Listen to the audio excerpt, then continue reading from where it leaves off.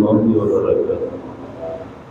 الحمد لله نحمده ونستعينه ونستغفره ونعوذ بالله من شرور أنفسنا ومن سيئات أعمالنا. من يهده الله فلا مضل له ومن يضلله فلا هادي له، وأشهد أن لا إله إلا الله وحده لا شريك له، الذي أرسله بالحق بشيرا ونذيرا وداعيا إلى الله بإذنه وسراجا منيرا.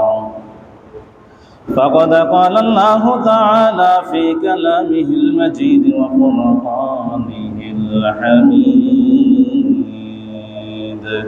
أعوذ بالله من الشيطان الرجيم.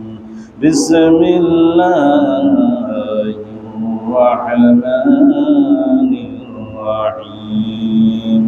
إن الذين جاءوا بالإفك عصبة منكم لا تحسبوه شرا لكم بل هو خير لكم، لكل امرئ منهم ما اكتسب من الإثم. إن الله وملائكته يصلون على النبي يا أيها الذين آمنوا صلوا عليه وسلموا تسليما.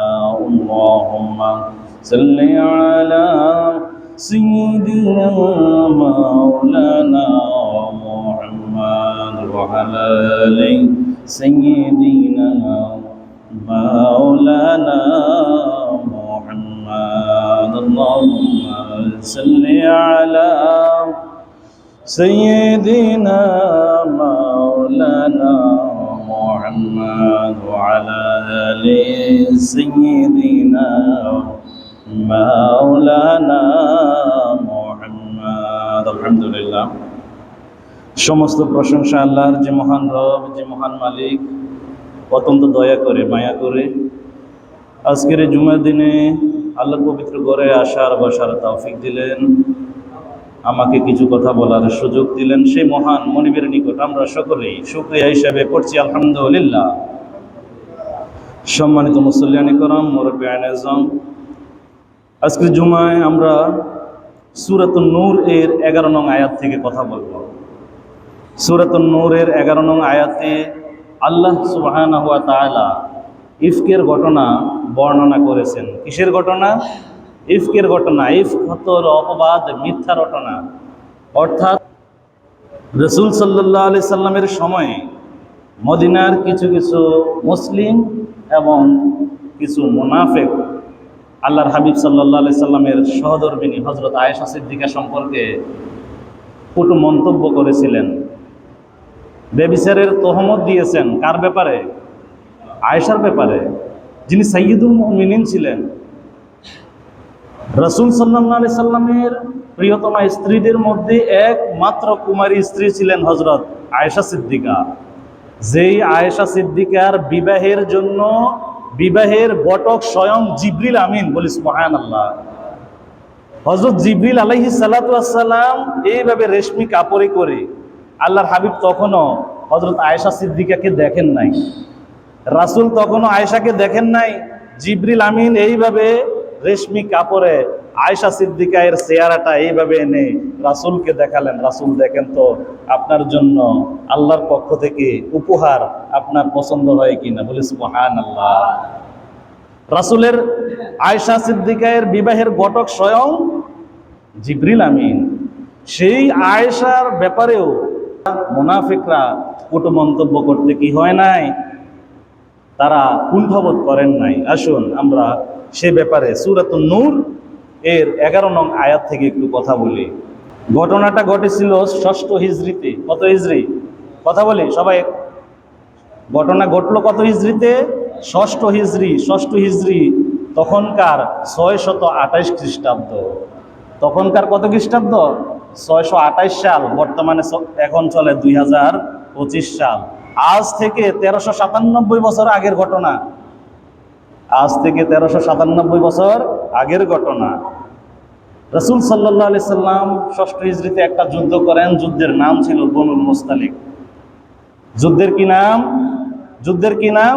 বনুল মুস্তালিক যুদ্ধে রাসূল সাল্লাল্লাহু আলাইহি সাল্লাম যখন যুদ্ধে অংশগ্রহণ করবেন, গতানুগতিক বিভিন্ন যুদ্ধে রাসূল অংশগ্রহণ করার আগে, বিভিন্ন সারিয়া অভিযানে যাওয়ার আগে রাসূল সাল্লাল্লাহু আলাইহি সাল্লাম কি করতেন?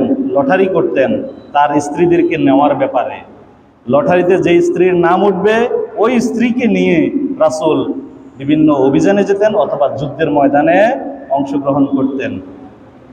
এই বনুল মুস্তালিক যুদ্ধে রাসূল সাল্লাল্লাহু আলাইহি সাল্লাম যখন লটারি দিলেন, তখন তার স্ত্রীদের মধ্যে নাম উঠে যায় হযরত আয়েশা সিদ্দিকা। বলি সুবহানাল্লাহ। আল্লাহর হাবিব জনাবে মুহাম্মদুর রাসূলুল্লাহ সাল্লাল্লাহু আলাইহি ওয়াসাল্লাম বনুল মুস্তালিকের যুদ্ধে যখন রওনা হলেন, রাসূল সাল্লাল্লাহু আলাইহি ওয়াসাল্লামের সাথে ছিলেন হযরত আয়েশা রাদিয়াল্লাহু তাআলা সহ অসংখ্য অগণিত সাহাবায়ে কেরাম। বিশ্বনবী সাল্লাল্লাহু আলাইহি ওয়াসাল্লাম যখন বনুল মুস্তালিকের যুদ্ধে অংশগ্রহণ করেন, মনে করেন রাসূল সাল্লাল্লাহু আলাইহি সাল্লাম বনুল মুস্তালিকের যুদ্ধে অংশগ্রহণ করেন, সেখান থেকে যুদ্ধের সকল কাজ সেরে রাসূল, বনুল মুস্তালিকটা ছিল মদিনা থেকে প্রায় 116 কিলোমিটার দূরে। 116 কিলোমিটার দূরে বনুল মুস্তালিক। ওই ময়দানে যুদ্ধ হয় মুসলমান এবং ইহুদিদের মধ্যে। রাসূল সাল্লাল্লাহু আলাইহি ওয়াসাল্লাম বনুল মুস্তালিক যুদ্ধ কর্ম সম্পাদন করে যখন আবার মদিনার দিকে চলে আসবেন, এমন সময় সাহাবায়ে কেরাম এই দীর্ঘ পথ, এই 116 কিলোমিটারের পথ তারা দীর্ঘ সময় তারা হাঁটেন, আবার একটা জায়গায় বসে তারা বিশ্রাম নেন, খাবার খান, পানীয় খান, বিশ্রাম নেন, একটু ঘুমান, আবার হাঁটা শুরু করেন, আবার একটা জায়গায় দীর্ঘ সময় পাড়ি দেওয়ার পর তারা আবার একটা জায়গায় বসেন, খাবার খায়, পানীয় খায়, আবার চলে যান, আবার হাঁটতে থাকেন মদিনার উদ্দেশ্যে।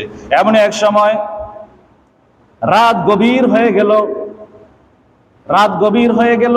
কাফেলার সকল লোক বলল যে আমরা এখানে তো থামলাম, আমরা এখানে বিশ্রাম করব, পাশাপাশি আমরা একটু ঘুমিয়ে নেই। আল্লাহর হাবিব সাল্লাল্লাহু আলাইহি ওয়াসাল্লাম তার সাহাবীরা ঘুমালেন। ভোর রাতে রাসূলের সাহাবীরা ঘোষণা করলেন যে সবাই জাগো জাগো জাগো, আমরা কিছুক্ষণ পর মদিনার উদ্দেশ্যে আবার রওনা করব। কেউ যদি কিছু খেতে চাও, কেউ যদি পানি খেতে চাও, কেউ যদি খাবার খেতে চাও খেয়ে নাও, কেউ যদি প্রস্রাব পায়খানার প্রয়োজন হয়ে থাকে তোমরা এটা তাড়াতাড়ি সেরে নাও, একটু পরে আমরা মদিনার উদ্দেশ্যে রওনা করব। সাহাবীরা এই ঘোষণার পর এক এক সাহাবী এক এক দিকে চলে গেলেন নিজের প্রয়োজন পূরণের জন্য, হাজত পূরণের জন্য। প্রাকৃতিক প্রয়োজনে তারা বাহিরেও গেলেন। এমনি ভাবে হযরতে আয়েশা সিদ্দিকা রাদিয়াল্লাহু তাআলা এইভাবে একটু দূরে গেলেন, জঙ্গলের দিকে চলে গেলেন নিজের প্রাকৃতিক প্রয়োজন সারার জন্য। হযরত আয়েশা সিদ্দিকা ওখান থেকে ফিরে আসার সময় গলায় হাত দিয়ে দেখেন তার গলার হারটা নাই, কি নাই, গলার হার। আহারে, তিনি টেনশনে পড়ে গেলেন। হযরত আয়েশা সিদ্দিকা টেনশনে পড়ে গেলেন, পেরেশানিতে পড়ে গেলেন। আরে, আমার বোন আসমার থেকে এই হারটা আমি ধার আনছি, এখন এটা যে হারায় গেল আমার কি হবে? হযরত আয়েশা সিদ্দিকা মাঝপথ থেকে আবার ওইদিকে গেলেন, হার খোঁজার জন্য গেলেন। হার খুঁজে আসতে আসতে দেখেন কাফেলার লোক কেউ নাই, কাফেলার লোক সবাই চলে গেছে। তখন আয়েশা সিদ্দিকা রাদিয়াল্লাহু তাআলা কি করলেন?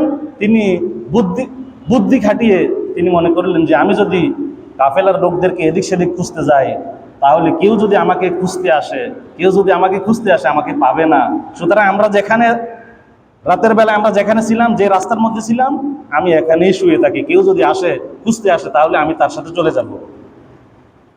তবে যুদ্ধের যেই নিয়ম নীতি, এই নিয়মের মধ্যে একটা নিয়ম ছিল, কাফেলার লোক সবাই চলে যাওয়ার পর রাসূলের পক্ষ থেকে একজন কিংবা দুইজন সাহাবী পিছন দিক থেকে আসতেন, যে কোনো মানুষ রয়ে গেল কিনা, কোনো জিনিসপত্র রয়ে গেল কিনা, কোনো খাবার রয়ে গেল কিনা, বিভিন্ন তৈজসপত্র জিনিসপত্র রাস্তায় পড়ে গেছে কিনা, এগুলো কুড়িয়ে নেওয়ার জন্য, এগুলো তুলে নেওয়ার জন্য রাসূলের পক্ষ থেকে সাহাবী নির্দিষ্ট থাকতো প্রত্যেকটা যুদ্ধে। তেমনই ভাবে হযরত সাফওয়ান ইবনে মুআত্তাল রাদিয়াল্লাহু তাআলা আনহু আল্লাহর হাবিবের পক্ষ থেকে যখন এই দায়িত্ব পেলেন, সাফওয়ান সকালবেলায় এইভাবে রাস্তা দিয়ে আসতেছেন, হঠাৎ দেখে একজন মহিলা শুয়ে আছেন রাস্তার পাশে, রাস্তার পাশে। হযরত সাফওয়ান রাদিয়াল্লাহু তাআলা এইভাবে উকি মেরে দেখলেন, আরে ইনি তো অন্য কোনো মহিলা নয়, ইনি তো হযরত আয়েশা রাদিয়াল্লাহু তাআলা আনহা। এবার বলতে পারেন যে আয়েশা সিদ্দিকার চেহারা দেখে কিভাবে সাফওয়ান চিনতে পারলেন? তিনি কি পর্দা করেন নাই? পর্দার বিধান তখন নাজিল হয় নাই, পর্দা তখনও নাজিল হয় নাই, তখন একজন আরেকজনের সামনে যাওয়ার সুযোগ ছিল। পর্দার বিধান নাজিলের আগের ঘটনা, কয়েকদিন আগের ঘটনা। হযরত সাফওয়ান রাদিয়াল্লাহু তাআলা আনহু যখন আয়েশাকে দেখলেন আর বললেন,